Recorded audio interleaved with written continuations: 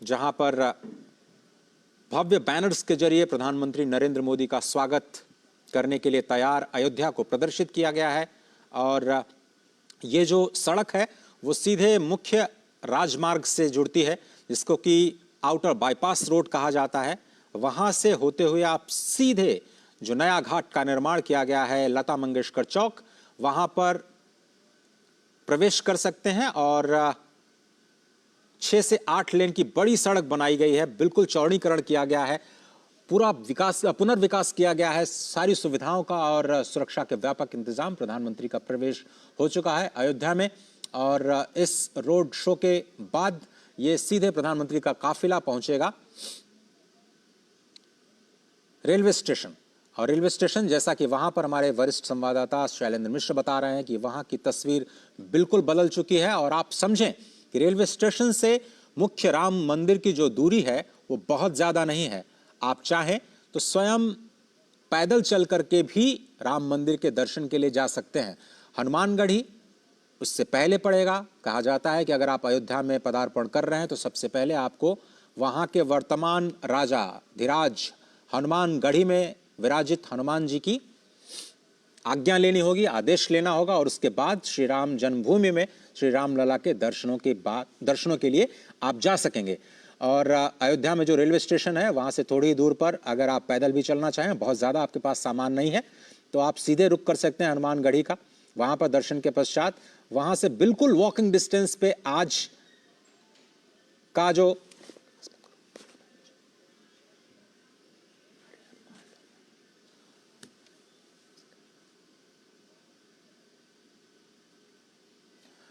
आशुतोष शुक्ला हमारे साथ जुड़ रहे हैं हनुमानगढ़ी से। नमस्कार आशुतोष, बहुत धन्यवाद वक्त निकालने के लिए। थोड़ा सा हमें माहौल पहुंचाने की कोशिश करिए अपने जरिए, अपने शब्दों के जरिए। क्या है वहां पर प्रधानमंत्री के आगमन के बाद अयोध्या में क्या कुछ बदला? देखिए, अगर हम अजय कहें तो आज के अतिरेक को देख सकते, जो भक्ति का अतिरेक है, आवेग है, और जिस तरीके से अयोध्या के लोगों का उत्साह है, इसको शब्दों में बात करना बड़ा मुश्किल होगा। कारण स्पष्ट है कि आज का जो लोगों का यहाँ पर इकट्ठा होना है, वो इकट्ठा अनायास नहीं हुआ है, भक्तिपूर्ण भाव से इकट्ठा हुए हैं। उनमें रोष नहीं है, इसमें शांति है, इसमें उत्साह है, इसमें एक संतुष्ट का भाव दिखाई देता है। अयोध्या यही संतुष्टि चाहती थी वर्षों वर्ष, 500 वर्षों के लगातार संघर्ष के बाद जब यही स्थिति आई है कि भगवान श्री राम लला की प्रतिष्ठा से प्रधानमंत्री नरेंद्र मोदी 22 जनवरी को आएंगे। लेकिन उसके पूर्व अयोध्या को नवनिर्मित करने के लिए, अयोध्या को पूरी तरह से धार्मिक पर्यटन के रूप में, धार्मिक पर्यटक स्थल के रूप में विकसित करने के लिए अनेकों कार्यक्रम, जिसमें एयरपोर्ट हो, चाहे रेलवे स्टेशन हो, चाहे यहाँ सड़कों का सुधार हो, या मूलभूत सुविधाओं का विकास हो, जिससे कि देश और विदेश से आने वाले भक्तों को कोई समस्या न यहाँ पर हो, उन सारी चीजों की व्यवस्था प्रधानमंत्री और मुख्यमंत्री और उत्तर प्रदेश और केंद्र की सरकारों का जो सौजन्य रहा है, सौजन्य को यहाँ पर धन्यवाद देने के लिए अयोध्यावासी पूरे नगर सड़क के दोनों तरफ जो है यहाँ पर इकट्ठा हुए हैं। आशुतोष, आप मुझे थोड़ा सा वो मार्ग बता सकते हैं जहां इस वक्त हम देख रहे हैं तस्वीरों में प्रधानमंत्री कौन से रास्ते से जा रहे हैं, और उसके बाद कैसे हनुमानगढ़ी होते हुए उस रास्ते से होते हुए रेलवे स्टेशन तक पहुंचेंगे? वो थोड़ा खाका खींच सकते हैं हमारे लिए?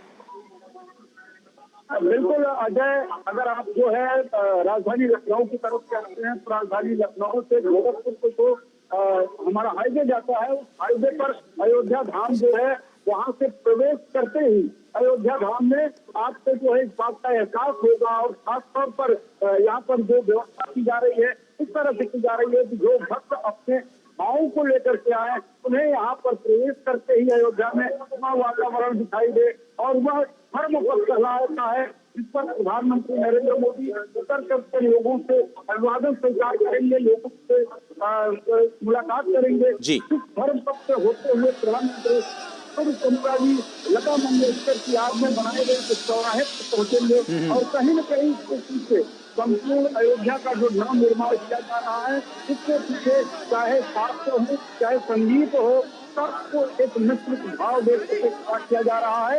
यही कारण है कि लता और लता का नाम इस चौराहे को दिया गया और इस चौराहे से होते हुए प्रधानमंत्री नरेंद्र मोदी आगे बढ़ेंगे और हनुमानगढ़ी के सामने से होते हुए भगवान श्री राम लला के स्थान पर पहुंचेंगे जहां उनका प्रवेश द्वार है। इसके साथ ही वो रेलवे स्टेशन पहुंचेंगे, रेलवे स्टेशन से फिर से एयरपोर्ट पहुंच जाएंगे।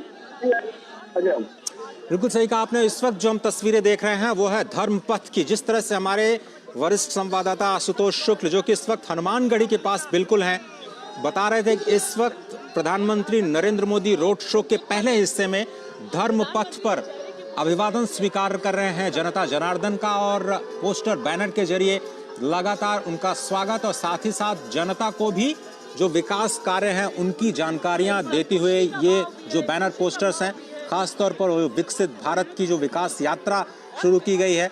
अगर आप थोड़ी देर बाद देखें तो ये जो काफिला है प्रधानमंत्री का पहुंचेगा लता मंगेशकर चौक, जहां पर 3 विकसित भारत की मोदी की गारंटी की गाड़ियां लगातार लोगों को विकास के कार्यों के बारे में बताती रहे। आप पीछे देखिए 9 करोड़ से ज्यादा लोगों को कैसे योजनाओं के लाभ के साथ जोड़ा गया है, उसकी जानकारी और जनता जनार्दन भागते हुए कार के काफिले के साथ सिर्फ इसी उम्मीद में कि एक तस्वीर और वेद मंत्रोच्चार इस वक्त आप देख रहे हैं आपकी स्क्रीन पर, वेद मंत्रोच्चार के जरिए उनका स्वागत किया जा रहा है, फूल मालाओं के जरिए प्रधानमंत्री का स्वागत। और आशुतोष शुक्ल लगातार पल पल पर जो हमारी गतिविधियां उस पर नजर रखे हुए हैं। राजेश राज हमारे साथ जुड़े हैं। राजेश, आपने भी जायजा लिया नई दिल्ली रेलवे स्टेशन का, लेकिन आप चूंकि बिहार से आते हैं, मां जानकी की जो धरती है वहां से आते हैं, कैसे बिहार के लोग आज नई सुविधाओं के साथ अपने आप को अयोध्या के साथ जुड़ते हुए पाएंगे?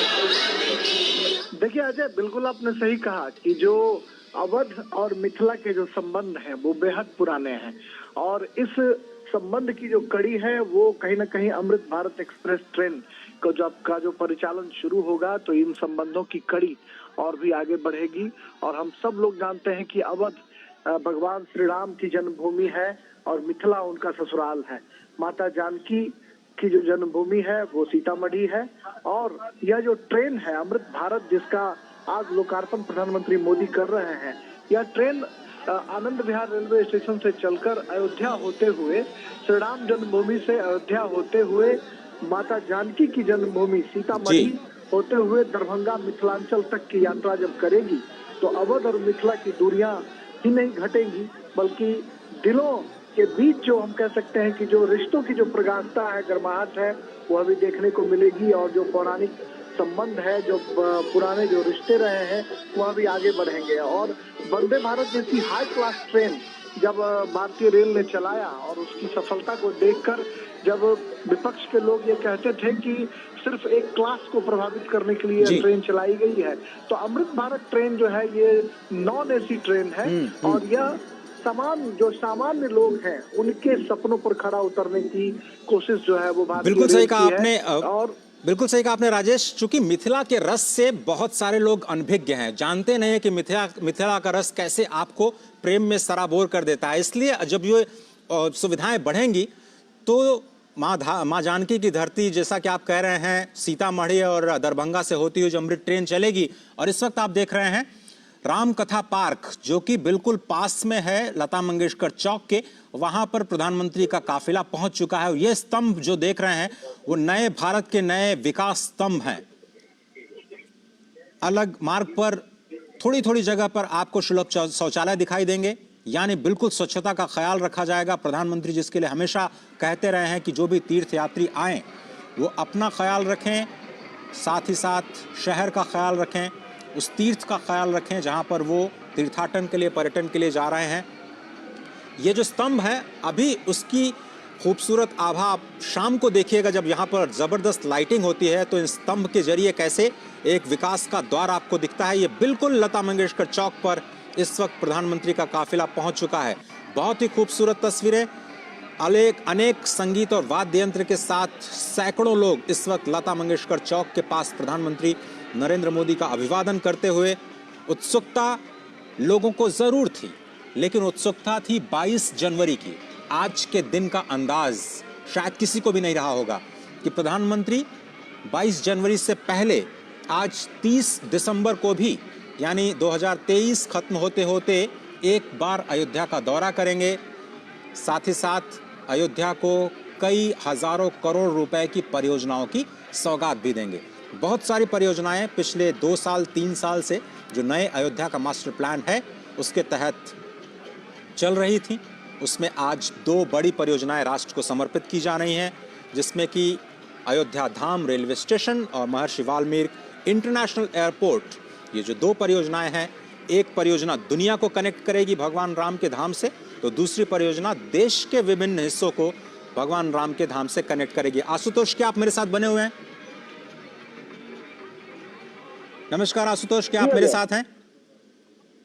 बिल्कुल अजय, मैं आपके साथ हूँ और इस वक्त प्रधानमंत्री का काफिला धीरे धीरे अयोध्या में प्रवेश कर रहा है और अयोध्या में जो धर्म पक्ष से ये काफिला राम पक्ष की ओर मुड़ेगा। राम पक्ष से हनुमानगढ़ी की ओर जो रास्ता जाता है वो भक्ति पक्ष कहलाता है, लेकिन भक्ति पक्ष आज प्रधानमंत्री नहीं जाएंगे। आज राम पक्ष होते हुए वो नवनिर्मित रेलवे स्टेशन का उद्घाटन करने के लिए जाएंगे, जहां पर अयोध्या से और देश और दुनिया की कनेक्टिविटी के लिए तमाम सारी ट्रेनों को जो है हरी झंडी दिखाएंगे। इसके साथ ही नवनिर्मित अयोध्या रेलवे स्टेशन का उद्घाटन करेंगे। आप अजय देख सकते हैं अपने टीवी स्क्रीन पर किस तरीके से लोगों में शांति के साथ अपने उस नायक का जो है स्वागत कर रहे हैं, जो उनको कहीं न कहीं अयोध्या वासियों के मन में है। जिस तरीके से भगवान श्री राम का मंदिर यह बन रहा है, उसके पीछे कहीं न कहीं सरकार का योगदान है। जिस तरह से अयोध्या का विकास हो रहा है उसमें सरकार महत्वपूर्ण कार्य कर रही है और उनके कार्यों को धन्यवाद ज्ञापित करने के लिए अयोध्या वासी आज सड़क के दोनों ओर खड़े हुए हैं।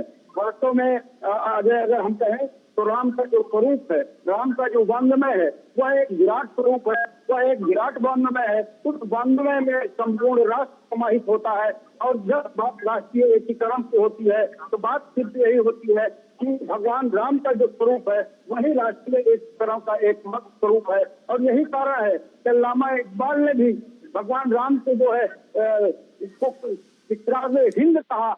और यही कारण है कि चाहे जो संस्कृति और सभ्यता रही हो, सारी सभ्यता और सारी संस्कृतियों के लोगों ने भगवान राम के चरित्र को माना है। और ये कारण स्पष्ट है, भगवान राम राजा दशरथ के पुत्र राजकुमार जिन्हें गद्दी मिलने जा रही है, उनका राज्याभिषेक होने जा रहा है, उन्हें वन गमन की जो है अनुमति दी जाती है, आदेश दिया जाता है। और जब भगवान राम राजकुमार के रूप में वन में जाते हैं और वहां से 14 वर्ष के बाद लौट करके आते हैं तो मर्यादा पुरुषोत्तम श्री राम के रूप में होते हैं।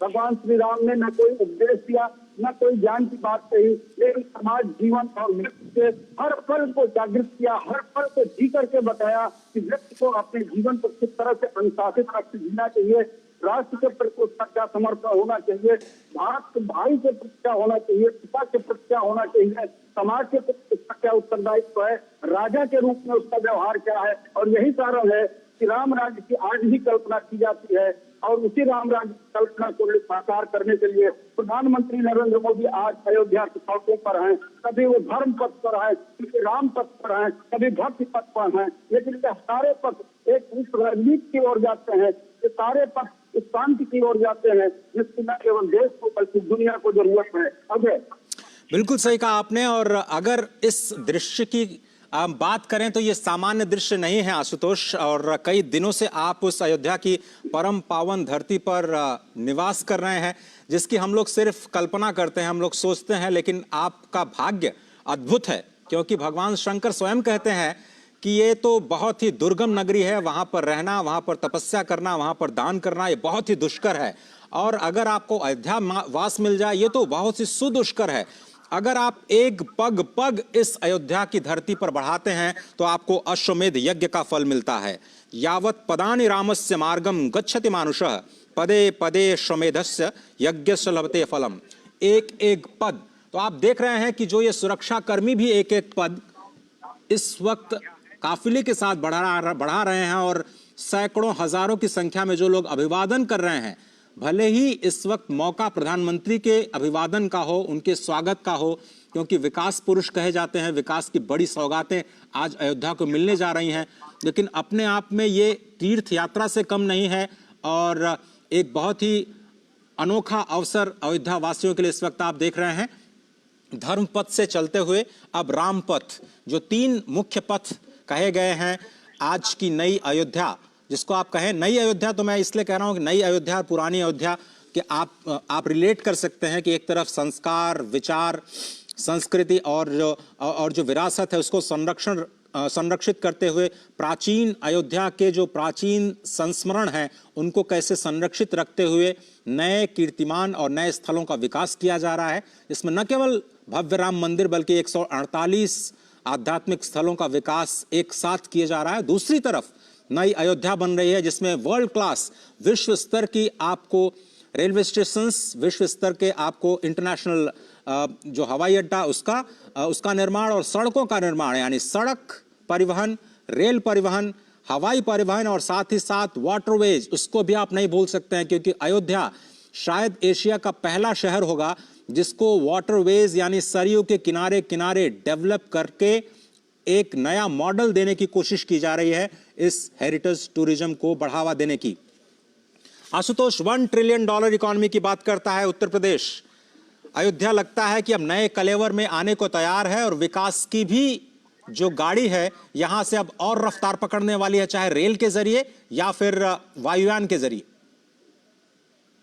देखिए अजय, अगर उत्तर प्रदेश की आप बात करते हैं तो उत्तर प्रदेश में सिर्फ अयोध्या नहीं, मथुरा, काशी और प्रयागराज ये ऐसे तीर्थ स्थान है जो सनातन धर्म और सनातन मतावलंबियों के लिए संपूर्ण दुनिया से बहुत ही पवित्र है। यहाँ पर जो भी व्यवस्था होगी, जो भी आर्थिक विकास होगा, जितना यहाँ की संरचना बढ़ाई जाएगी उतना ही आर्थिक विकसित होने का की संभावनाएं यहाँ पर अपार रूप से हैं। वाराणसी में जब से विकास के कार्य जो है तमाम स्तर पर है, काशी विश्वनाथ कॉरिडोर बना, आप जान सकते हैं कि वहाँ पर किस तरह से दर्शनार्थियों की तादाद में वृद्धि हुई, किस प्रकार से वहाँ का कृषि उद्योग जो है वो विकसित हुआ, किस तरह से आसपास की जो खपत की, चाहे वो सब्जी की हो, चाहे अन्य चीजों की हो, सारी खपत बढ़ी और समाज के सारे तबकों को जो है उस वृद्धि का लाभ मिला, आर्थिक रूप से उनमें संपन्नता आई। वही स्थिति कमोबेश अयोध्या में भी लाने की कोशिश की जा रही है। जब पर्यटन बढ़ेगा, लोग आएंगे, जरूरतें बढ़ेंगी और उसके बाद जो है कहीं न कहीं जो है अयोध्या के लोगों की जो वार्षिक इनकम है उसमें भी फर्क पड़ेगा, उनके रहन सहन में फर्क आएगा।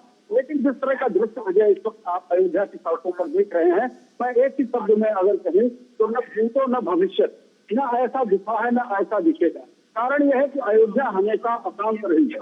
अयोध्या जितनी पवित्र थी, जितनी आध्यात्मिक थी, जितनी धार्मिक थी, जितनी पौराणिक थी, उतना ही विवादों में घिरी हुई थी। 74 बार के संघर्ष की कड़ी यहाँ की गवाह रही है, जबकि सैकड़ों साल अदालत की चौकों पर राम जन्मभूमि विवाद जो है चलता रहा है। लेकिन हमने अपनी जो व्यवस्था बनाई, हमारे अपने जो संविधान बनाए, उसके अंतर्गत जो हमें अदालत से मिला, आज इसका जो है कहीं न कहीं एक अच्छा प्रदर्शन हो रहा है। प्रधानमंत्री नरेंद्र मोदी इस वक्त अयोध्या की सड़कों पर अयोध्यावासियों से अभिवादन स्वीकार कर रहे हैं और चल रहे हैं। राम के इस विराट स्वरूप, उस विराट भारत के एक तरह का स्वरूप कहीं न कहीं प्रधानमंत्री प्रतिनिधित्व करते हुए दिखाई दे रहे हैं।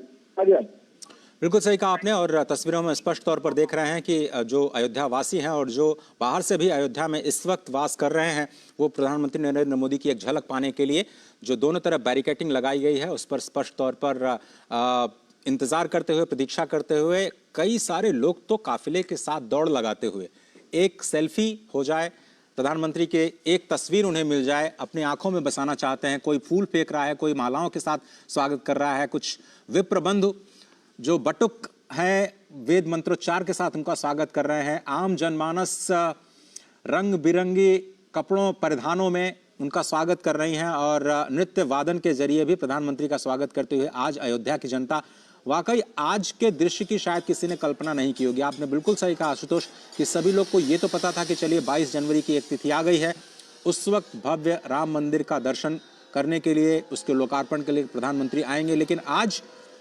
तो मुझे लगता है नए साल का बोनस है अयोध्या के लिए अगर कहा जाए, क्योंकि इसकी कल्पना लोगों को नहीं थी कि आज के दिन, आज का पूरा दिन प्रधानमंत्री अयोध्या धाम में बिताएंगे और वहां पर इतनी बड़ी विकास की परियोजनाओं को देश के सामने रखेंगे और अयोध्या धाम को पहली बार देश के साथ नहीं बल्कि दुनिया के साथ कनेक्ट करने का प्रयास करेंगे, उसकी शुरुआत है। क्योंकि ये तो अभी पहला चरण है। चाहे भगवान राम का भव्य मंदिर हो, उसका पहला चरण, अयोध्या का विकास हो, उसका पहला चरण, स्टेशन का विकास हो, उसका पहला चरण, अयोध्या के जो नए एयरपोर्ट महर्षि वाल्मीकि इंटरनेशनल एयरपोर्ट के टर्मिनल का विकास हो, प्रथम चरण के आज समर्पण का दिन है। बहुत ही अद्भुत दिन है, बहुत ही अनोखा दिन, बहुत ही खास दिन अयोध्या के लिए, अयोध्या के विकास की नई यात्रा के लिए। क्योंकि इस यात्रा में छिपी है उत्तर प्रदेश के भविष्य के विकास की यात्रा, जो कि केवल उत्तर प्रदेश नहीं बल्कि जनसंख्या के दृष्टि से सबसे बड़ा प्रदेश होने की वजह से पूरे देश की विकास यात्रा के लिए बहुत ही अहम है। बहुत सारे लोग ये सवाल कर सकते हैं कि एक राम मंदिर बनने से क्या होगा, लेकिन आप देखिए तो राज्य सरकार और केंद्र सरकार मिलकर के 30,000 करोड़ रुपए की परियोजनाओं पर काम कर रहे हैं। 252 से ज्यादा परियोजनाएं इस वक्त अयोध्या में जमीन पर चल रही हैं। एक नया मास्टर प्लान तैयार किया गया है। एशिया में कई सारी टेक्निक पहली बार अयोध्या में इस नए शहर के नए नगर के विकास के लिए किया जा रहा है। नए नगर के विकास के लिए पुराने जो परंपराएं थी, थोड़ा सा उससे हटते हुए जो आधारभूत संरचना का निर्माण किया गया है, वो भविष्य के लिए अयोध्या को तैयार करता है, नए भारत की नई तस्वीर के लिए अयोध्या को तैयार करता है। और ये जो सड़क आप देख रहे हैं, ये पहले गली हुआ करती थी। यकीन मानिए, एक गाड़ी अगर उसके साथ दूसरी गाड़ी आ जाए तो बहुत ही मशक्कत के साथ एडजस्टमेंट करते हुए दोनों गाड़ियों को आपस में निकलना पड़ता था, इतनी कम जगह थी। आशुतोष, आप शायद उस दृश्य के आप गवा रहे हैं। अब ये जो पूरा चौड़ीकरण किया गया है, 13 करोड़ का आंकड़ा तो हमने देखा काशी कॉरिडोर से। कितने करोड़ उम्मीद है अयोध्या को अगले 1 साल 2 साल में, अगर आपसे समझना चाहें तो?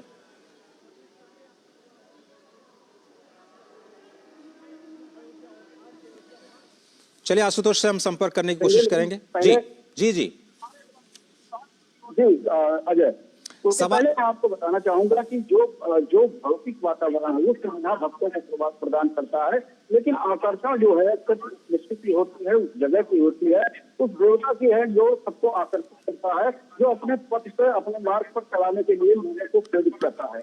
और यही कारण है कि अब कोई बजट, कोई संख्या अयोध्या के लिए न सरकार निर्धारित कर रही है, न लोग चाहते हैं कि निर्धारित हो। लोग ये चाहते हैं कि एक ऐसी अयोध्या बने जो अविस्मरणीय हो, एक ऐसी अयोध्या बने जो शांति का प्रतीक हो, एक ऐसी अयोध्या बने जो निशस्त्रीकरण को जो है जोड़ दे, बारूद के ढेर पर बैठी हुई दुनिया को संदेश दे, शांति का संदेश, सद्भाव का संदेश दे। और उस संदेश को जहाँ पर कहा जाता है कि प्राणियों में सद्भावना हो, यानी कि मनुष्य ही नहीं जिसमें जीव है ये भी सद्भाव के साथ जीवन जिए और आगे बढ़े, इस बात की जहाँ पे प्रेरणा मिलती है। प्रधानमंत्री नरेंद्र मोदी आज इसी अयोध्या में है, अयोध्या के पथ पर है और लोगों से मुलाकात कर रहे हैं। जी अजय, बिल्कुल सही कहा आपने। और जिस बात का मैं जिक्र कर रहा था, आपको याद होगा काशी कॉरिडोर, जिसकी जब शुरुआत की गई तो बहुत सारे लोगों ने सवाल उठाए थे कि एक कॉरिडोर बनने से क्या होगा। आंकड़ा आपके सामने है, 13 करोड़ लोग आ चुके हैं, रिकॉर्ड बनते जा रहे हैं, वहां पर होटल्स ठहरने की जगह नहीं मिल रही है। अयोध्या का भी वही हाल होने वाला मुझे लगता है 1 साल बाद। आशुतोष, अयोध्या का हाल तो वर्तमान समय से ही है और अयोध्या का जितना बड़ा मूवमेंट चला है, आंदोलन चला है, उसके कारण इससे कहीं न कहीं पीढ़ियां जुड़ गई और उन पीढ़ियों में जो भी लोग हैं वो इस निर्माणाधीन राम मंदिर का भी दर्शन करना चाहते हैं। मैं ये कह सकूं कि मेरे पिताजी ने आंदोलन में भाग लिया था और आज मेरे सामने या मेरे पिता के सामने इस मंदिर का निर्माण हो रहा है। तो इस तरह से अयोध्या में जो अयोध्या वासी रहती, भक्तों की संख्या कम रहती थी, तमाम यहाँ पर पहरे थे, उसके चलते पूरी पड़ी रहती थी। वो अयोध्या के साल से लगातार पॉलिटिक्स चल रही है, खिली हुई है, लगातार जो है यहाँ पर भक्तों का आना बना हुआ है। तो सुदूर देश से लोग आ रहे हैं, विभिन्न प्रांतों से लोग आ रहे हैं। भाषा और भौगोलिक सीमाएं अयोध्या आने के लिए टूट गई है। लोग सिर्फ रामलला विराजमान का दर्शन चाहते हैं, रामलला विराजमान के साथ प्रतिष्ठा के बाद भगवान राम की स्तुति करके उनका आशीर्वाद चाहते हैं। और यही कारण है कि प्रधानमंत्री नरेंद्र मोदी उस जन भावना के अनुरूप व्यवहार करते हुए एक नायक के तौर पर अयोध्या की सड़कों पर अजय आपको दिखाई दे रहे हैं। अजय, बिल्कुल सही कहा आपने। और स्पष्ट इन तस्वीरों से ये हो जाता है कि आज प्रधानमंत्री जब पहुंचे हैं अयोध्या की धरा पर, और ये सीधी तस्वीरें हम आपको इस वक्त दिखा रहे हैं, ये है रामपथ। धर्मपथ से होते हुए पहले लता मंगेशकर चौक, लता मंगेशकर चौक से जब आप बाएं मुड़ते हैं तो उसको आप रामपथ कहते हैं। और मुझे लगता है कि जो नया मार्ग बनाया जा रहा है, जो भगवान राम के मंदिर तक आपको लेकर के जाएगा, उस मार्ग पर तो आज प्रधानमंत्री नहीं जाएंगे, लेकिन उसको कहा जाएगा भक्ति पथ। 4 स्पेशल कॉरिडोर्स बनाए जा रहे हैं, जिसमें 3 पर काम पूरा हो चुका है। और बीच बीच में जो तस्वीरें आ रही हैं वो नई दिल्ली जो नई अयोध्या धाम रेलवे स्टेशन की तस्वीरें हैं, वो भी हम आप तक पहुंचा रहे हैं। हमारे संवाददाता शैलेंद्र मिश्र, हमारे वरिष्ठ संवाददाता राजेश राज, आशुतोष शुक्ल और एयरपोर्ट पर रवि धीमान जी पल पल की खबरों तो आप तक पहुंचा रहे हैं। लेकिन ये तस्वीरें बहुत ही अहम, आपको बता दें, रामपथ से जाते हुए प्रधानमंत्री नरेंद्र मोदी अभिवादन करते हुए हजारों की संख्या में लोग उनकी एक झलक पाने के लिए बेसब्री से उनका इंतजार करते हुए, और उम्मीद से बढ़ करके आज प्रधानमंत्री ने उन्हें एक तरह से सौगात दी है। क्योंकि किसी ने नहीं सोचा था कि 30 दिसंबर को एक ऐसा मौका आएगा जब प्रधानमंत्री को रामलला विराजमान होने से पहले एक बार रूबरू होने का मौका मिलेगा यहाँ की स्थानीय जनता को। और न केवल रूबरू होने का मौका मिलेगा, बल्कि प्रधानमंत्री खुद आज कई ऐसी परियोजनाएं अयोध्या के विकास के लिए सौंपेंगे जो भविष्य की एक बुनियाद, एक मजबूत बुनियाद बनाता हुआ नजर आएगा। राजेश, क्या आप मेरे साथ हैं?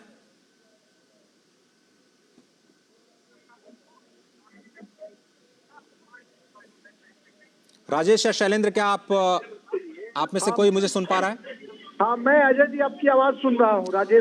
राजेश जी, बहुत धन्यवाद आपका। एक बार फिर से इस यात्रा को हम आपके साथ आगे बढ़ाते हैं। आशुतोष जी भी हमारे साथ बने हुए हैं। इस वक्त जो यात्रा है वो रामपथ की है, और आपने कहा कि माँ जानकी की जो धरती है, भक्ति नगरी, वहां से जोड़ते हुए अमृत ट्रेन चलने वाली है, और आपने तो उस ट्रेन में सफर भी किया है।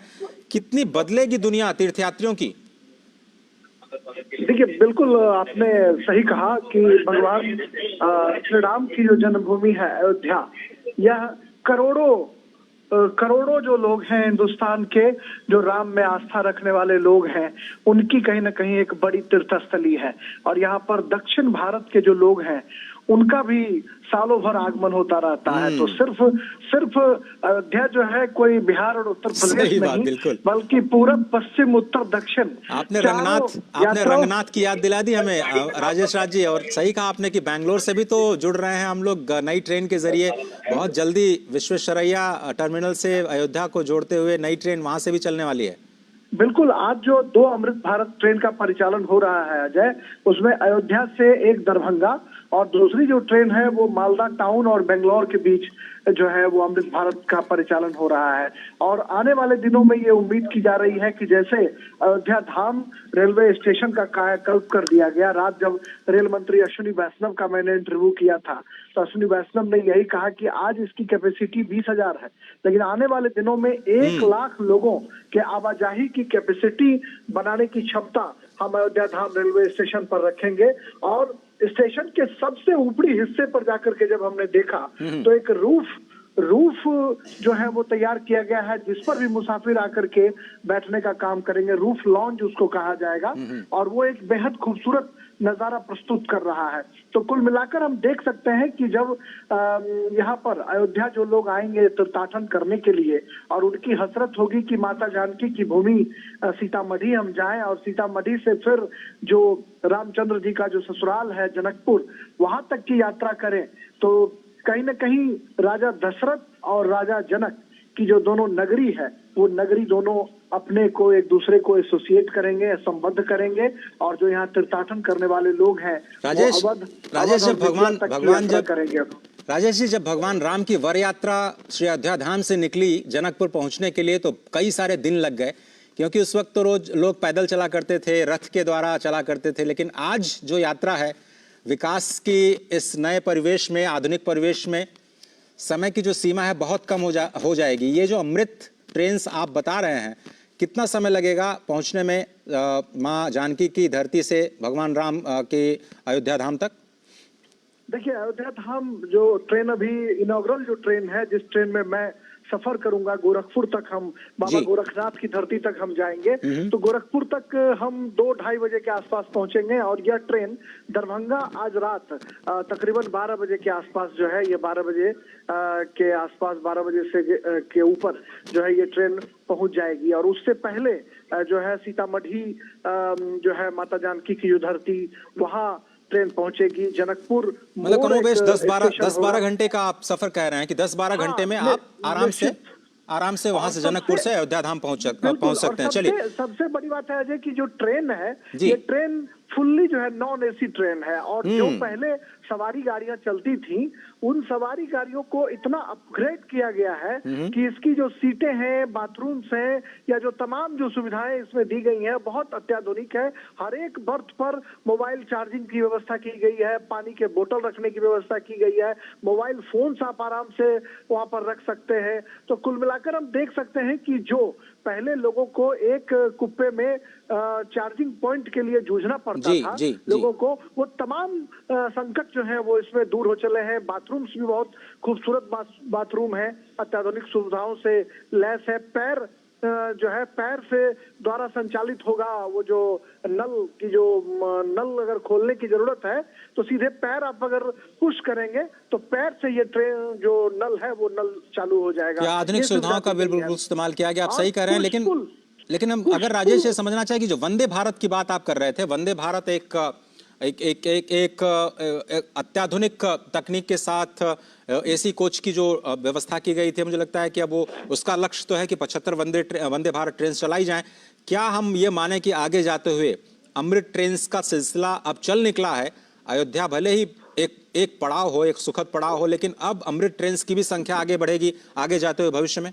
देखिए, निश्चित तौर पर, और जिस तरीके से लोग सवाल खड़े करते थे, जो विरोध करने वाले लोग थे या जो आलोचक थे, वो कहते थे कि बुलेट ट्रेन नहीं चल सकती है, सेमी हाई स्पीड ट्रेन नहीं चल सकती है, उन तमाम लोगों को करारा जवाब दिया गया। और उसके बाद जब वंदे भारत ट्रेन का सफल परिचालन शुरू हुआ तो फिर ये सवाल उठने लगे कि एक क्लास जो है उसके लिए सिर्फ चलाया गया है ये ट्रेन। लेकिन जब अमृत भारत ट्रेन जब चलेगी और जब अवध से मिथिला की दूरी तय करेगी, तो कहीं ना कहीं यह ट्रेन जो है सिर्फ दो सभ्यता संस्कृतियों का मिलन नहीं करेगी, बल्कि जो मुसाफिर हैं उनके पॉकेट का भी ख्याल रखेगी कि बहुत कम पैसे में मुसाफिर जो है, जो वंदे भारत में अफोर्ड नहीं कर सकते हैं लोग, भारतीय रेल ने उनके लिए एक दूसरा मिनी वंदे भारत जो है वो ट्रेन तैयार कर दिया है। और इसमें जो सीट है, जो तमाम तरह की सुविधाएं हैं, वो बहुत कुछ जो है वो बहुत उम्दा ट्रेनों से मैच करती हैं। राजधानी या वंदे भारत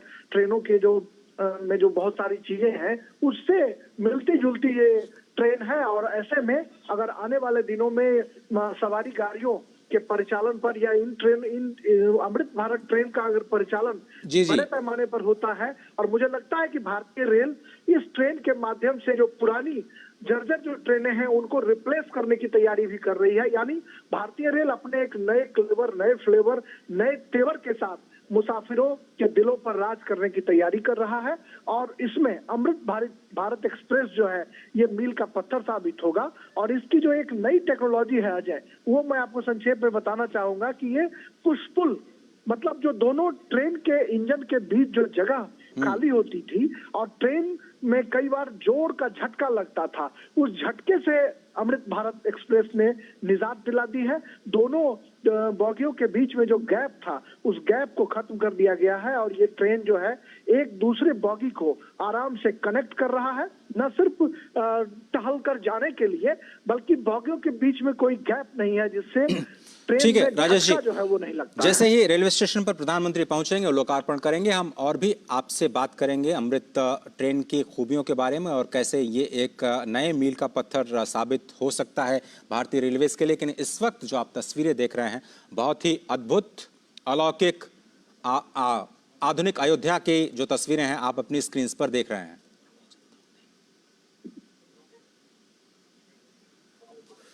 स्पष्ट तौर पर ये जो रामपथ से तस्वीरें हम आप तक पहुंचा रहे हैं। प्रधानमंत्री नरेंद्र मोदी वहां पर पहुंचे हैं और अयोध्या के जो वासी हैं वहां पर उनका स्वागत करते हुए और सभी का अभिवादन करते हुए प्रधानमंत्री ये कोशिश करते हैं कि कोई छूट न जाए, जहां तक हो सके वो जनता के साथ संवाद करने का, अपने हाथों के अभिवादन के माध्यम से, अपने आंखों के माध्यम से लगातार सबसे बातचीत करते हुए, अभिवादन स्वीकार करते हुए, प्रणाम स्वीकार करते हुए, स्वयं अभिवादन करते हुए, सभी के स्वागत का उत्तर देते हुए प्रधानमंत्री नरेंद्र मोदी, आप देख रहे हैं ये रामपथ की तस्वीरें। जैसा कि हमारे संवाददाता लगातार बता रहे थे कि सीधे जो आउटर बाईपास रोड है वहाँ से आप धर्म पथ पर प्रवेश करेंगे, जहाँ पर शुरुआत की प्रधानमंत्री ने और भव्य स्तंभों के जरिए स्वागत किया गया उनका और सैकड़ों हजारों की संख्या में जनता ने उनका अभिवादन किया। उसके बाद काफिला पहुंचा लता मंगेशकर चौक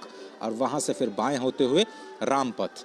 ये रामपथ सीधे आपको लता मंगेशकर चौक से नई दिल्ली माफ कीजिएगा, नई दिल्ली नहीं, नई अयोध्या के अयोध्या धाम रेलवे स्टेशन के साथ जोड़ेगी। और ये जो विकास की यात्रा है, नई दिल्ली लखनऊ एक साथ जब मिलकर के काम करते हैं तो किस तरह की परियोजनाएं ज़मीन पर आती हैं, उसकी एक बानगी आपको ज़रूर देखने को मिलेगी। लेकिन अभी आप उत्साह देखिए अयोध्या वासियों का। अयोध्या वासी जो बार बार मैं कह रहा हूं कि भगवान शंकर स्वयं कहते हैं कि यहाँ के वासी श्री जगन्नाथ जी का स्वरूप हैं, वहाँ पर चलना ही प्रदक्षिणा है। अयोध्या में अगर आप नींद भी लेते हैं तो उसको समाधि कहा जाता है, वहाँ पर अगर आप भोजन करते हैं तो उसको प्रसाद कहा जाता है। स्पष्ट तौर पर आज बाबा नागेश्वर नाथ जो कि वहाँ के महादेव हैं बहुत ही प्रसन्न होंगे। लता मंगेशकर चौक पर जो राम की पैड़ी है वहाँ पर जिनका दिव्य भव्य मंदिर है, वहाँ पर भी सैकड़ों हजारों की संख्या में रोज लोगों का जमावड़ा होता है और भगवान महादेव आज बहुत ही प्रसन्न होंगे। आज इस विकास यात्रा को देख करके अयोध्या वासियों के मन में जो उत्साह है उसको देख करके और जो विकास की नई धारा बही है और जो सौगातें अयोध्या को मिलने वाली हैं आने वाले दिनों में, उसको देख करके अयोध्या के जितने भी लोग हैं स्वयं अपने आप को रोक नहीं पा रहे हैं इस वक्त अपने अभिवादन के लिए, प्रधानमंत्री के स्वागत के लिए। रामपथ से बढ़ता हुआ ये प्रधानमंत्री का काफिला। स्पष्ट तौर पर ये कहा जाता है कि जो अयोध्यापुरी है वो पापियों को दुर्लभ है, यानी जो लोग वहाँ नहीं पहुँच पाते हैं वो समझ लीजिए कि थोड़ा सा आपको प्रयास करना है, थोड़ी सिफारिश करनी है कि आपको अयोध्या पहुंचने का एक मौका मिले। अयोध्या में मां सरयू जब आपने देखा कि धर्मपथ से जाते हुए वो राम कथा पार्क के पास पहुंचे, लता मंगेशकर चौक बिल्कुल वहां से 100 से 150 मीटर दूरी पर मां सरयू बहती हैं और मां सरयू के तट पर अयोध्या की अगर हम बात किए जाए तो अयोध्या का पूरा जो विस्तार है वो 12 योजन यानी 144 किलोमीटर लंबा और 3 योजन यानी 36 किलोमीटर चौड़ा, ये स्कंद पुराण में अयोध्या की गति और स्थिति बताई गई है। मिथिला से संबंध रखने वाले हमारे संवाददाता राजेश राज से हम बात कर रहे थे और बार बार उनका ध्यान आता है तो मैं मिथिला पहुंच जाता हूं, क्योंकि मिथिला के ही पुरी पीठाधीश्वर वो बार बार ये कहते हैं कि भारत विश्व का हृदय है।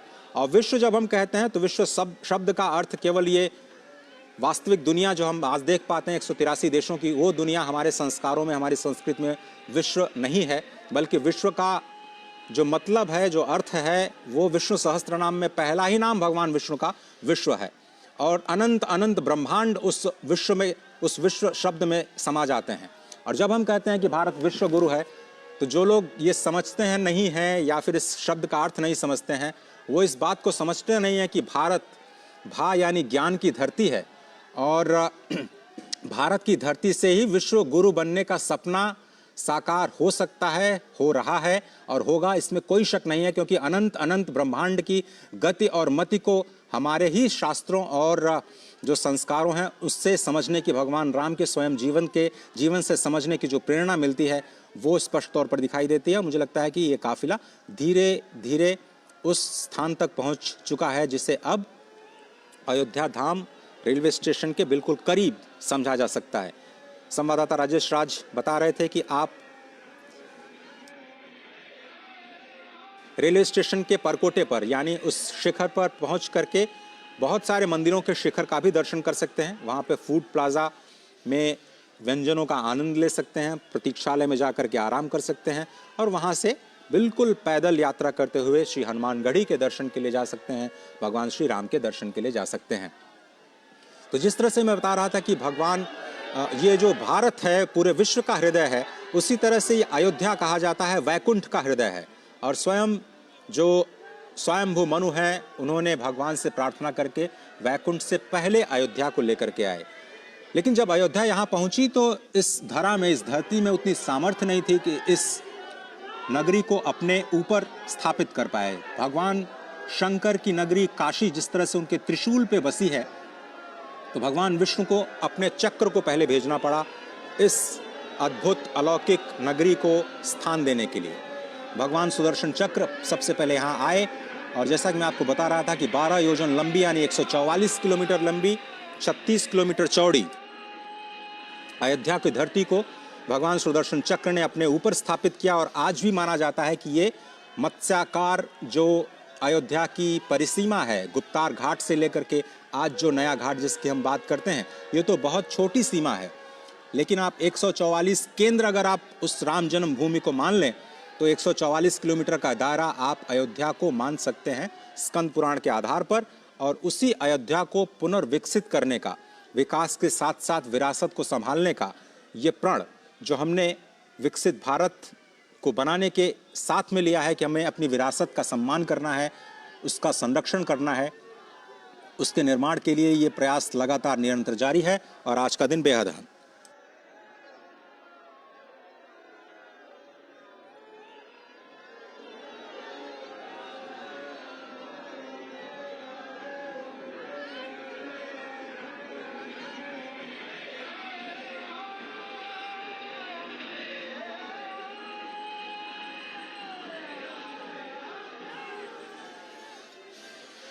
हमारे संवाददाता शैलेंद्र मिश्र, राजेश राज और आशुतोष शुक्ल लगातार स्थिति पर नजर बनाए हुए हैं। इस भव्य और दिव्य यात्रा के गवाह ये तीनों ही संवाददाता इस वक्त अयोध्या की धरती पर खुद मौजूद। और जिस तरह से हम ये लगातार कह रहे हैं कि आपका बहुत पुण्य होना चाहिए अयोध्या की धरती पर कदम भी रखने के लिए, माँ सरयू के दर्शन करने के लिए, इन संतों के दर्शन करने के लिए। लेकिन आज एक विकास की यात्रा लोग इस वक्त धर्मपथ से होते हुए रामपथ के जरिए प्रधानमंत्री को स्वयं देख रहे हैं। 11,000 करोड़ रुपए से ज्यादा की परियोजनाएं आज राष्ट्र को समर्पित की जानी हैं। कुछ पुरानी परियोजनाएं राष्ट्र को समर्पित की जाएंगी, कुछ नई परियोजनाएं उनका शिलान्यास किया जाएगा और क्या कुछ दिशा स्वयं प्रधानमंत्री मोदी के मन में है यहाँ की विकास की यात्रा को लेकर के, उसको आज देश के सामने रखा जाएगा जब वो आज करीब 1:30 बजे 2 बजे यहाँ के जो निवासी हैं उनसे मुखातिब होंगे। नए एयरपोर्ट का टर्मिनल बनकर के तैयार हो गया है। एयरपोर्ट अथॉरिटी ऑफ इंडिया के लिए भी बहुत ही अद्भुत क्षण, एविएशन मिनिस्ट्री के लिए भी बहुत ही चैलेंजिंग टास्क, 1.5 साल 2 साल में इस पूरे टर्मिनल बिल्डिंग को खड़ा करना। और जैसा कि हमारे संवाददाता बता रहे थे कि ये पहला फेज है रेलवे स्टेशन का, जिसे 5 गुना विस्तार दिया जाएगा। 20,000 यात्रियों की जो क्षमता है उसको बढ़ा करके 1 लाख यात्रियों तक करने की योजना सरकार की बन चुकी है, रेलवेज की बन चुकी है। उसी तरह से एविएशन मंत्रालय की जो योजना है वो मौजूदा टर्मिनल के पहले फेज को जब दूसरे फेज में विस्तार दिया जाएगा तो उसका आकार 10 गुना करने की है।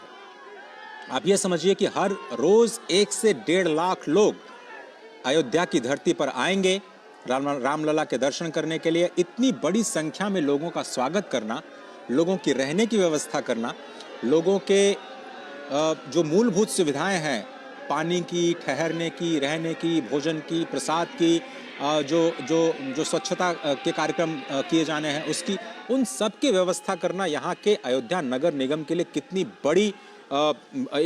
बड़ी चुनौती रहा होगा। लेकिन इसको नई अयोध्या के निर्माण में इन सभी कारकों का ख्याल रखा जा रहा है।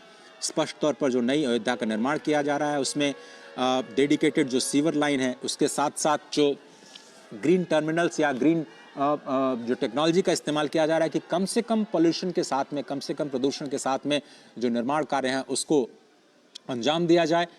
बिल्डिंग्स जो बनाई जा रही हैं, चाहे वो रेलवे स्टेशन की बिल्डिंग हो या फिर एयरपोर्ट टर्मिनल की बिल्डिंग हो, उसको कैसे ग्रीन टेक्नोलॉजी के जरिए, नई हरित टेक्नोलॉजी के जरिए कम से कम प्रदूषण के साथ बनाया जाए, कम से कम समय में बनाया जाए, ये एक इसका ख्याल रखने की पूरी कोशिश की गई है। और लगातार फिर से हम वही आपको समझाने की कोशिश, बताने की कोशिश कि कैसे भारत विरासत को और विकास को एक साथ लेकर के चलने का भरसक प्रयास कर रहा है। और ये अयोध्या की धरती से अब जो नई विकास की यात्रा निकली है वो देश को विकसित बनाने में एक महत्वपूर्ण भूमिका अदा करेगी, इसमें कोई दो राय नहीं। क्योंकि अब जनता, खास तौर पर युवाओं का जो आकर्षण है इन नई आधारभूत संरचनाओं के जरिए, जो पूरी दुनिया को आकृष्ट करने का, भगवान राम के धाम में आकृष्ट करने का जो प्रयास, उसकी शुरुआत हुई है, वो एक अनोखी पहल कही जा सकती है अयोध्या के विकास के लिए। आशुतोष शुक्ल, क्या आप मेरे साथ हैं? बिल्कुल अजय, मैं सुन रहा हूँ। तो इस विकास यात्रा को अब आपके जरिए हम आगे बढ़ाते हैं और समझने की कोशिश करते हैं कि ये जो यात्रा है, विकास की यात्रा, अब यहाँ से आगे और कौन से पड़ाव तय करने जा रही है? बिल्कुल अजय, जिस तरीके से ये विकास की यात्रा है, इसका पड़ाव जो है वो इसका आखिरी कोई छोर नहीं होता है। विकास की यात्रा में अगर आप केवल मूलभूत सुविधाओं या संरचनाओं के विकास को विकास मानते हैं तो वह संपूर्ण विकास नहीं है। विकास में व्यक्तित्व का विकास, मानवता का विकास, समाज का विकास, निर्माण, ये सारी चीजें भी जुड़ती हैं। और यही कारण है कि जब सत्ता का निर्माण होता है, किसी देश का निर्माण होता है, तो उसके पीछे एक वैचारिक अवधारणा होती है। और उसी वैचारिक अवधारणा को सामने रखते हुए कहीं न कहीं अयोध्या में जो विकास का कार्य चल रहा है, या फिर राम मंदिर का निर्माण चल रहा है, या जो यहाँ की धार्मिक आस्था लोगों में है, उसके अनुरूप जो है यहाँ पर लोगों को आर्थिक विकास और धार्मिक रूप से सजगता जो है, धर्म पथ पर चलने की जो प्रेरणा है, उस प्रेरणा के साथ जो है आर्थिक विकास में कहीं न कहीं भागीदारी हो, इसी कल्पना के साथ अयोध्या को विकसित किया जा रहा है। अजय, बिल्कुल सही कहा आपने। और धर्म पथ से लता मंगेशकर चौक से रेलवे स्टेशन की दूरी कितनी है आशुतोष जी? अगर आप पैदल चलते हैं तो तीर्थयात्रियों को कितना समय लग सकता है और वहां पर क्या क्या सुविधाएं हैं, अगर आपने जायजा लिया हो तो? देखिए, धर्म पथ से अगर लता मंगेशकर चौराहे की दूरी अगर हम रेलवे स्टेशन से हैं, और अगर हम संपूर्ण परिधि की बात अगर करते हैं, संपूर्ण परिधि जिसमें जो है राम जन्मभूमि स्थान, हनुमान मंदिर, कनक भवन, या राम की पैड़ी, या लता चौराहा, और या फिर रेलवे स्टेशन, ये सारी चीजें जो है अयोध्या की कुल जमा 5 किलोमीटर की परिधि में पूरी होती है। जो वॉकिंग डिस्टेंस होता है, आमतौर पर जो यहाँ पर धर्मार्थी आते हैं दर्शन करने के लिए, वो सरयू में स्नान करते हैं, पैदल हनुमानगढ़ी में दर्शन करते हैं, रामलला के दर्शन करते हैं, और उसके बाद वो अपने स्थान पर कर जाते हैं। अयोध्या क्षेत्रफल में छोटी है, लेकिन बहुत ही खूबसूरत ढंग से इसका डेवलपमेंट किया जा रहा है। जो कुछ भी इसकी भौतिक आधारभूत संरचना में विकास किया जा रहा है, वो अयोध्या की जो पौराणिकता थी उसको सुरक्षित रखते हुए अयोध्या के बाहर के इलाकों में की जा रही थी। जो रामचरितमानस में अयोध्या के बारे में वर्णन है, या पुराने समय से अयोध्या चली आ रही है, समग्र जो है नगर निगम का और सरकार का, दोनों का यही है कि उस पौराणिकता, आध्यात्मिकता के साथ जो है अयोध्या को जोड़े रखा जाए और साथ में निर्माण का काम होता रहे। मुझे थोड़ा सा अयोध्या नगर निगम के जो फोकस है उसके बारे में भी थोड़ा सा बताइए आशुतोष, कि कैसे उन्होंने चुनौतियों का सामना करते हुए इस नई अयोध्या का निर्माण किया और कितना बदलाव आया है वहाँ के जो अयोध्या वासी हैं इस नए आधुनिक सुविधाएं आने के बाद। देखिए अजय, वास्तव में आपको किया है कि बदलाव लाना एक बहुत बड़ी चुनौती होती है। जो व्यक्ति पीढ़ियों से अपने दुकान लगा करके और काम काज पर बैठा था, वह एक साथ सज्जा दुकान में चला जाए, इसके लिए जो है समझा पाना ये भी एक बड़ी चीज होती है। और इसके लिए कहीं न कहीं सामाजिक रूप से जब लोगों का जुड़ाव होता है, चाहे वो नगर पालिका के महापौर हो या सरकार ही अपने प्रतिनिधियों के माध्यम से जनता से जुड़ती है, अपनी मंशा व्यक्त करती है। और धीरे धीरे जब स्थिति अयोध्या में शुरू हुई तो पहले लोगों को लगा कि उनका रोजगार चला जा सकता है, उनके आर्थिक जीवन में कमी आ सकती है। लेकिन जब पुनर्निर्माण का दौर शुरू हुआ और उन्होंने देखा सात सज्जा से युक्त अयोध्या में धर्मार्थियों का भी संख्या बढ़ी है, उनका जो है बिक्री बढ़ी है, उनका उत्पादन बढ़ा है, तो निश्चित रूप से जो है उन्हें संतोष प्राप्त हो रहा है। और आज तमाम सारे जो आधारभूत संरचनाएं सरकार यहाँ पर चला रही है, लोग उसमें सहभागी होकर के उसके निर्माण में अपनी सहायता प्रदान कर रहे हैं। जी अजय। बिल्कुल सही कहा आपने। और ये जो तस्वीरें हम दिखाने का प्रयास कर रहे हैं अपने दर्शकों को, स्पष्ट तौर पर आज पदार्पण हुआ प्रधानमंत्री नरेंद्र मोदी का अयोध्या की धरती पर, और नए साल का तोहफा, इंतज़ार, प्रतीक्षा जनता जनार्दन की कि क्या कुछ नई घोषणाएं, नई सौगातें आज अयोध्या को मिल सकती हैं। 11,000 करोड़ से ज़्यादा के परियोजनाओं का शिलान्यास और लोकार्पण किया जाना है आज। अंतर्राष्ट्रीय एयरपोर्ट जो कि पहली बार अयोध्या में बन करके तैयार हुआ, और उत्तर प्रदेश का देखिए 6 से ज़्यादा इंटरनेशनल एयरपोर्ट्स, गोरखपुर के साथ में ही वाराणसी के बाद आप थोड़ा सा रुख करिए तो अयोध्या के बाद लखनऊ के बाद एशिया का सबसे बड़ा एयरपोर्ट जेवर में बन करके तैयार होगा। तो आप समझिए कि उत्तर प्रदेश की जो अर्थव्यवस्था है उसको किस तरह से गति देने की कोशिश की जा रही है। और प्रधानमंत्री इस बात को समझते हैं कि जिस तरह से उन्होंने गुजरात में विकास का कार्य किया और विकास के कार्यों को आगे बढ़ाया, और उसका देश की जीडीपी में किस तरह से 11-12% के ग्रोथ के साथ एक ज़बरदस्त योगदान देखा गया, जबकि वहाँ की आबादी सिर्फ 6 करोड़ के आसपास है। अगर उसके 5 गुने या उससे थोड़ा सा ज़्यादा अगर जनता तक विकास के कार्य उत्तर प्रदेश में पहुंचाए जाएं तो उसका मल्टीप्लायर इम्पैक्ट बहुत ज़बरदस्त हो सकता है। और अर्थव्यवस्था में मल्टीप्लायर इम्पैक्ट को बहुत ही अच्छे तरीके से इस्तेमाल किया जाता है कि आप आधारभूत संरचना का विकास कीजिए, तो जितना आप इन्वेस्टमेंट करते हैं, 1 रुपया लगाते हैं तो 1.5 रुपया वहाँ की स्थानीय जीडीपी में उसका योगदान बढ़ता है। तो अगर आप उत्तर प्रदेश की अर्थव्यवस्था को $1 ट्रिलियन तक लेकर के जाने का प्रयास करते हैं, जो कि $5 ट्रिलियन इकॉनमी एक बहुत बड़ा योगदान कहा जा सकता है, तो उसमें आज जो निवेश किया जा रहा है 250 से ज़्यादा परियोजनाओं के जरिए, करीब 30,000 करोड़ रुपए की परियोजनाओं के जरिए केंद्र और राज्य की सभी परियोजनाओं को अगर आप मिला लें तो आंकड़ा और भी बढ़ सकता है। लेकिन अभी जो लेटेस्ट आंकड़े हमारे पास हैं उसके मुताबिक 30,000 करोड़ रुपए का जो घोषणा मुख्यमंत्री योगी आदित्यनाथ ने की थी। और साथ ही साथ आपको याद होगा कि यूपी इन्वेस्टर्स समिट जो कि इसी साल 2023 में किया गया, उसमें 35 लाख करोड़ रुपए के निवेश के प्रस्ताव जो उत्तर प्रदेश को मिले, उसमें अयोध्या के विकास कार्य से भी जुड़े कुछ परियोजनाएं हैं जिनका जिक्र उस वक्त किया गया था, उसका भी इम्पैक्ट आपको ज़मीन पर दिखाई देगा। मौका तो है श्री राम लला के विराजमान होने का, 22 जनवरी का सभी को इंतजार था, लेकिन उससे पहले नए साल का बोनस अयोध्या वासियों और अयोध्या के आसपास के जनपद निवासियों को आज प्रधानमंत्री ने दे दी है। किसी को उम्मीद नहीं थी कि आज वो एक रोड शो के बाद जो वहाँ का नया रेलवे स्टेशन है जिसका नाम बदल करके अब अयोध्या धाम कर दिया गया है, क्योंकि वहाँ से जो दूरी है रेलवे स्टेशन की, केवल रेलवे स्टेशन से मुख्य राम मंदिर की केवल 3 से 3.5 किलोमीटर। अश्विनी मिश्र हमारे साथ जुड़ चुके हैं। अश्विनी जी, क्या कहेंगे इस यात्रा को, इस विकास की नई यात्रा को जो आज धर्म पथ से होते हुए, राम पथ से होते हुए अब नए निर्माण के जो कहा जाए कि नई अयोध्या का रेलवे स्टेशन है वहां तक जा रही है, इस यात्रा को कैसे परिभाषित करेंगे आप? निश्चित तौर से अजय अगर देखें तो यही कहा जा सकता है कि प्रवेश नगर कीजे सब काजा, हृदय राखी कौशलपुर राजा।